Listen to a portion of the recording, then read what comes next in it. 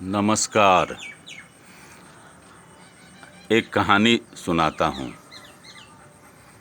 कहानी को सुनकर आप अपने जीवन से जोड़कर देखिएगा तो आपको लगेगा कि हर मनुष्य के जीवन में ऐसा ही होता है, तो फिर घबराना क्यों। अब कहानी पर आते हैं। सूरज नाम का एक व्यक्ति एवरीडे वो सुबह सोकर उठता था तो यही प्रण लेता था कि हर परिस्थिति में हमें खुश रहना है, क्योंकि हमारे हाथ में सिर्फ हमारे दायित्व का निर्वहन करना है, ना कि उसका परिणाम देना। परिणाम हमारे हाथ में बिल्कुल नहीं होता है, वो समय काल विवेक पर निर्भर करता है। तो जिनको जैसा विवेक है वो वैसा काम करते हैं। लेकिन सूरज जी में एक विवेक था कि किसी भी परिस्थिति में हमें खुश रहना है।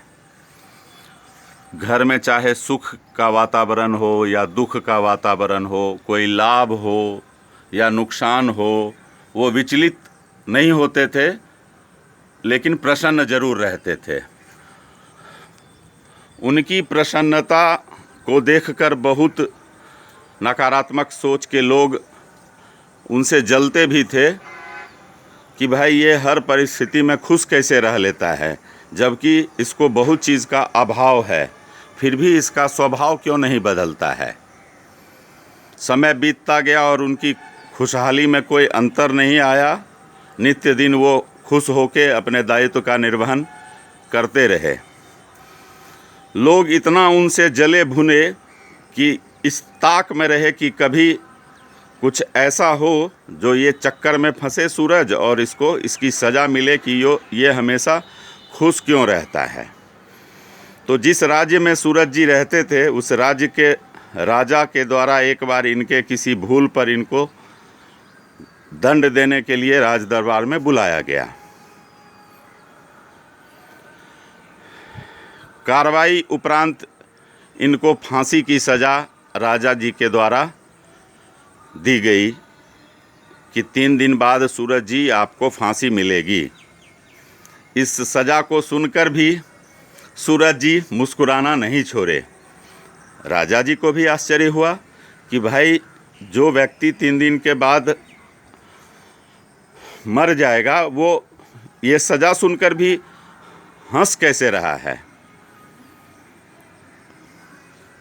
सज़ा सुनने के बाद सूरज जी अपने घर आए और घर में भी सबके सामने खुश थे। घर के लोगों ने पूछा कि भाई तुमको तो 3 दिन के बाद मरना है, फिर तुम खुश कैसे हो। और राजा जी ने क्या सज़ा सुनाई। सूरज ने कहा कि मैं इस धरती पे प्रकृति भगवान के द्वारा भेजा गया एक अनमोल रत्न हूँ, और राजा कौन होते हैं निर्णय लेने वाले कि किसको कब सज़ा मिलेगा और किसको कब फांसी मिलेगी। इसका सज़ा ऊपर वाले परमपिता परमेश्वर भोलेनाथ करते हैं। सबको आश्चर्य हुआ कि भाई ये सज़ा मिलने के बाद भी ऐसी बात बोल रहा है। विशेष बात होने पे सूरज ने बताया कि राजा जी ने जैसे ही मुझे फांसी की सज़ा दी, मैंने राजा जी से कहा कि राजा जी,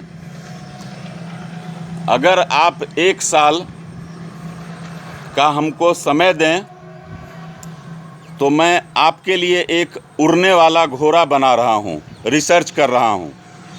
राजा को आश्चर्य हुआ कि भाई उड़ने वाला घोड़ा कैसे होगा, और मन में एक लोभ भी हुआ राजा जी को कि हमारे देश दुनिया के अन्य राजा ज़मीन पे चलने वाले घोड़ा से यात्रा करते हैं, और अगर ऐसा संभव हो गया तो मैं तो घोड़ा पे चढ़ के हवाई यात्रा करूंगा। राजा जी ने सूरज जी से कहा कि तुमको भरोसा है कि तुम उड़ने वाला घोड़ा का निर्माण कर सकते हो। सूरज जी ने कहा बिल्कुल सर, मेरा प्रयास है, और प्रयास करने से ही सर फसल उगता है और अनाज मिलता है, पौधा पेड़ होता है और फल मिलता है। तो मैं भी प्रयास कर रहा हूँ और निश्चित सफलता मिलेगी। आप हमको 1 वर्ष का समय दीजिए। अगर नहीं हुआ तो वैसे भी आपने मुझे सज़ा दी है फांसी की तो फांसी पर लटका दीजिएगा, मेरी मौत हो जाएगी। राजा जी ने इसके शर्त को स्वीकार लिया और कहा ठीक है, तुमको 1 वर्ष के लिए समय दिया जाता है, तुम उड़ने वाला घोड़ा का निर्माण करो। घर के लोग जब इसकी ये कहानी सुने तो घर के लोग पुनः इसको डांटे और गुस्साए कि भला ऐसा कैसे होगा कि कोई घोड़ा उड़ेगा। सूरज ने कहा 1 साल में क्या होगा ये मैं भी नहीं जानता हूँ, राजा भी नहीं जानते हैं और आप सहित पूरे देश दुनिया के लोग भी नहीं जानते हैं। 1 साल की बात तो छोड़िए, अगला पल क्या होगा ये कोई जानते हैं?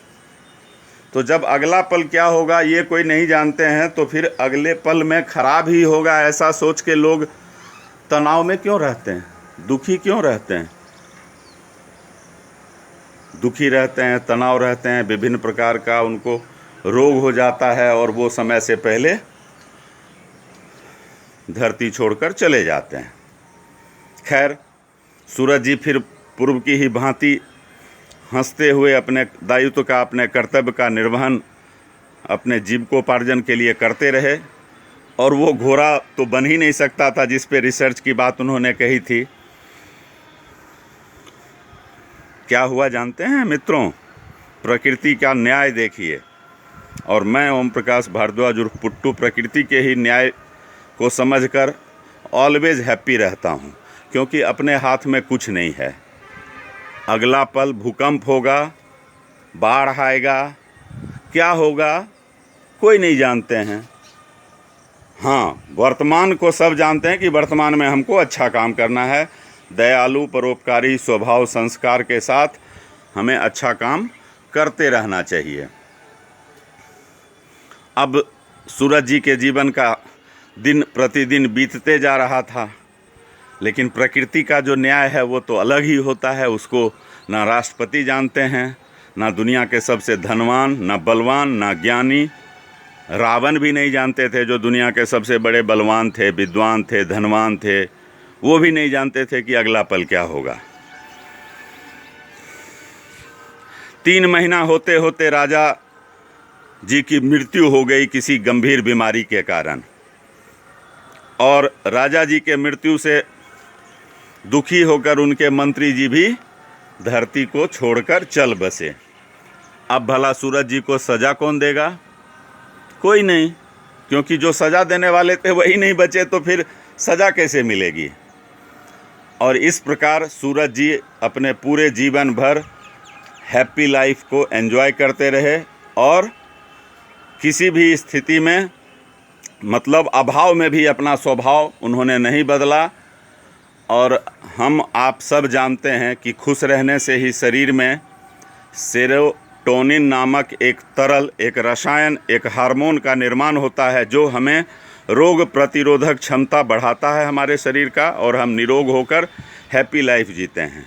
इसीलिए मित्रों, धन कमाने, पद कमाने, प्रतिष्ठा कमाने के चक्कर में तनाव ना लें, दुखी नहीं रहें, क्योंकि हो सकता है पद मिल जाए आपको, धन मिल जाए आपको, डिग्री मिल जाए आपको, लेकिन शरीर में जब सेरोटोनिन हार्मोन ही नहीं रहेगा तो आप स्वस्थ नहीं रहेंगे, खुश नहीं रहेंगे, जीवन आपका नर्क जैसा हो जाएगा।